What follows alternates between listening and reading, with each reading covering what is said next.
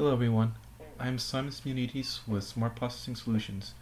I'm here to introduce my company, its services, and provide you some information that could save or make, depending on your perspective, considerable money for your organization. So let's start with the company. SMRT Processing Solutions was a company created a couple years ago to provide streaming data processing services for companies that do not staff an engineering team. The SMRT in SMRT Processing Solutions is an acronym for Sensor Management Real-Time.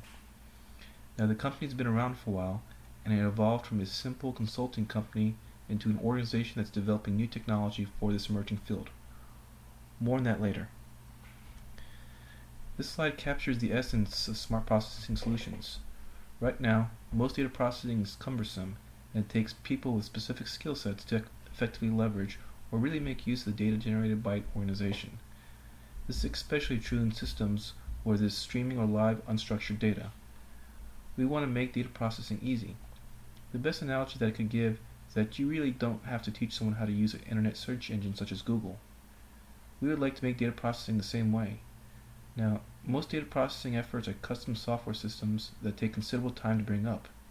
Again, we would like to change it so data processing capabilities can be designed and deployed within 6 days. Now, we're a long way off from the 6-day target, but I think after this presentation, you'll see that we're making significant progress on this.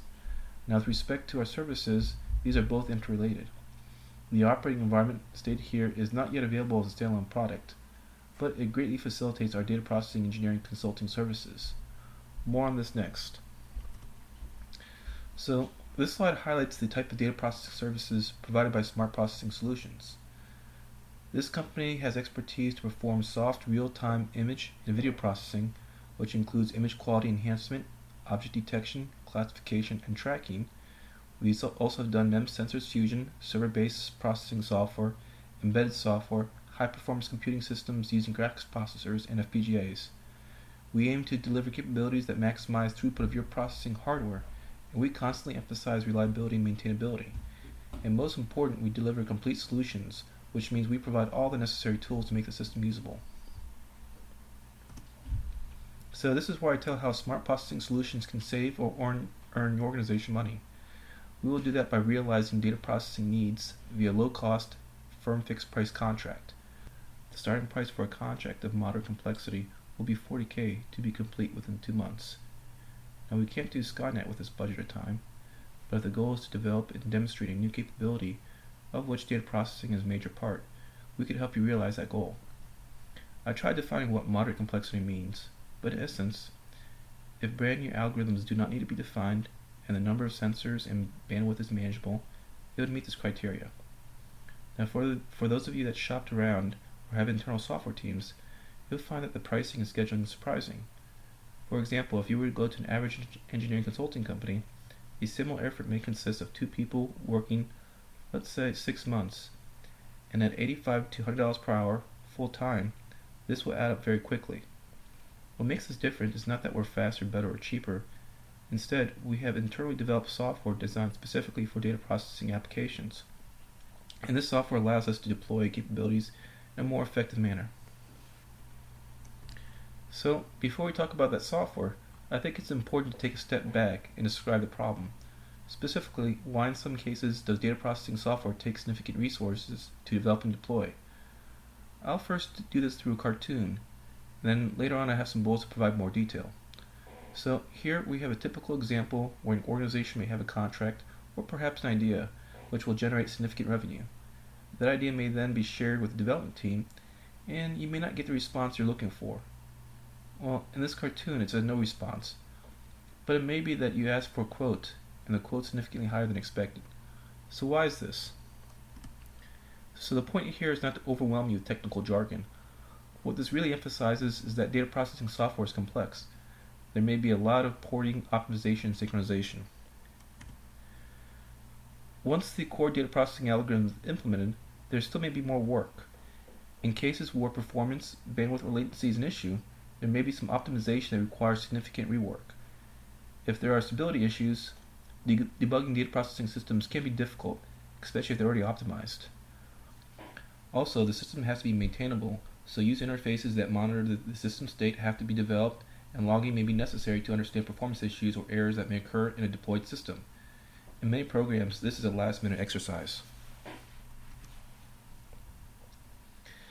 In summary, data processing systems can be extremely complex, especially those that have to be optimized. If you're a medium or small company, it's often hard to find engineers with the right skill sets to execute this type of work. A software engineer that has a background in Java programming or cell phone applications would probably not be a good fit for executing this type of work. Unfortunately, this happens quite often, and even though on-the-job training is not necessarily a bad thing, it will cost a program budget and schedule. Irregardless of whether you have a software engineer with the right skill set, the end results are typically the same, and deployed data processing systems do go over budget and often do not meet their original objectives. So let's go a little deeper into this. The root cause is that often the most difficult part of data processing, which is the architecture, is reinvented for most efforts. Writing and testing architectures consume large portions of the budget and schedule. If the architecture is done hastily, the problem is usually just shifted and shows up in debugging, excessive software porting, and optimization that doesn't quite get there. Well, if the problem is architecture, the solution is something that replaces it, or at a minimum, simplifies it. This is what we'll talk about next.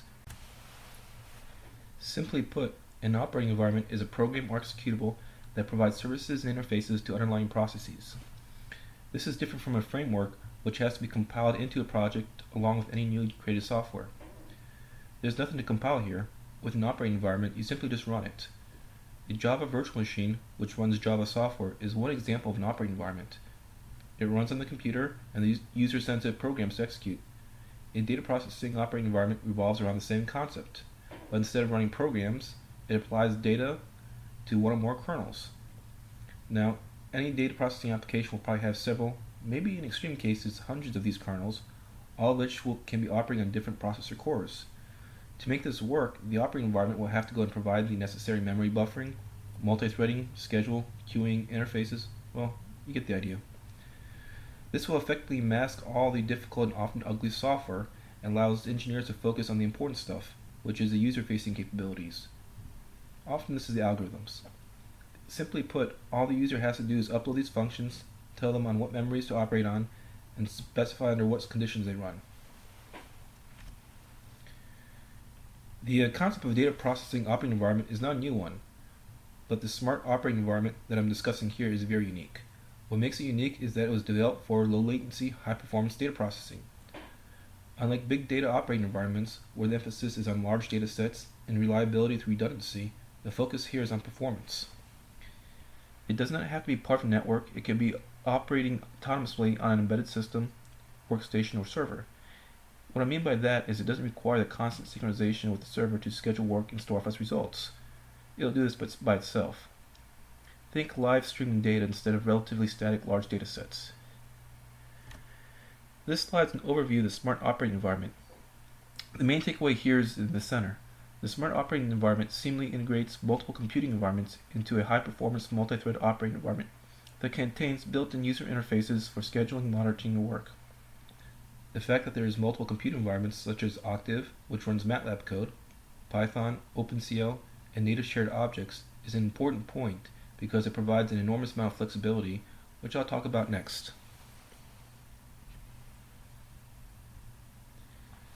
Simply put, we have the ability to run Python and MATLAB code in an environment that provides some of the features and performance benefits of optimized C and OpenCL code.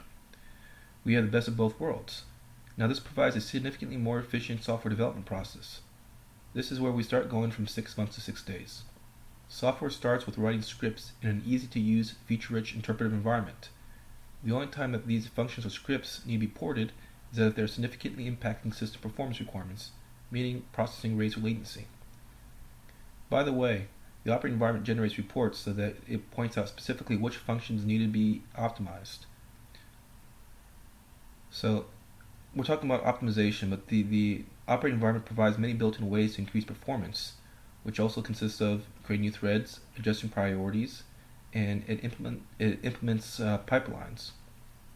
Another important feature is that accessing the system is made easy through a built-in web port or socket interface. This way a user can access a remote machine and check to see what processes are scheduled and look at the results. To make this all work, the operating environment has an interpreter which deciphers a meta-language that allows the user to dynamically schedule work, which usually consists of functions. The language is built around the idea of events triggering or scheduling work. Let's say there are 3 functions that need to be performed in sequence at a specified rate. Let's say 10 Hz. In this event-based meta-language, the user specifies a work item that has a name. The user then can specify the work item consists of 3 functions, which are A, B, and C. Lastly, the user can say, I want this work item to be triggered at, let's say, 10 Hz. The meta-language allows all these aspects to be specified in a concise, readable fashion. Also, now that the user gives a name to this work item, that work item, along with its functions, can be monitored via the web portal or SOC interface. With respect to triggers, it doesn't have to be a rate. It can be that the work group gets scheduled when a memory gets changed or when a condition is met. It's dynamic. Another benefit of this event-based approach is that it results in a more efficient internal architecture, and this translates to more performance. I don't want to spend much more time on this, but the meta-language that I'm describing here is a full-featured language that contains the usual if, else, while, repeat, break, and some less traditional features such as non-blocking statements. I want to end this presentation with a simple analogy, and I'll just read it off the slide here. Software can be developed without an operating system, but development would be cost prohibitive due to the large effort needed to reproduce common error-prone functions. Likewise, data processing can be done without an operating environment, but development would be cost prohibitive due to the large effort needed to reproduce common error-prone functions. I'd like to give you a quick example of the operating environment. So for me to do this, I have to exit out of the presentation. Give me one second.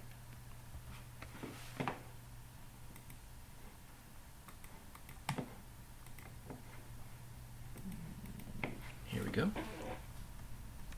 Let's go ahead and run it.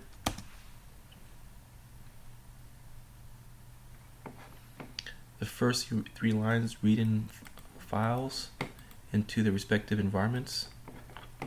PYTH is for Python, OCT is for Octave, CLib is native shared objects.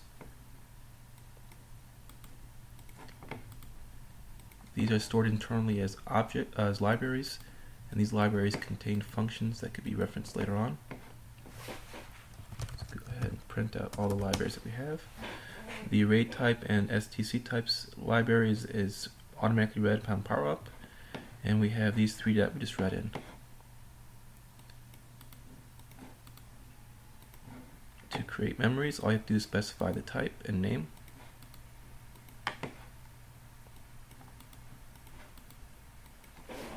Okay. So these are the memories that we have. And defining a work group simply consists of giving a name, specified as triggers, so we're operating at 0.75 Hz. We're telling it to go and push to the stack, and these are the 3 functions that constitute loop.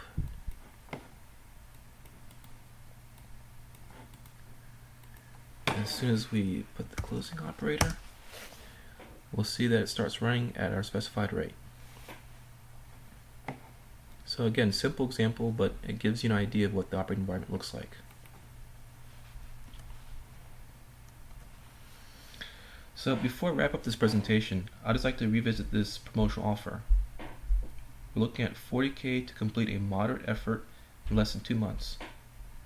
The operating environment as described here is built into this offer, and it's the key factor that allows Smart Processing Solutions to provide such a competitive schedule and price. This is my contact information. If you're interested in contracting Smart Processing Solutions to perform data processing work, or if you want more information on the operating environment, please write me an email. Smart Processing Solutions is also looking for partners and investors, so if you have any questions whatsoever, please let me know. I do plan to create more videos further describing the smart operating environment, so please stay tuned. I'd like to thank everyone for their time, and I wish everybody good luck on their endeavors.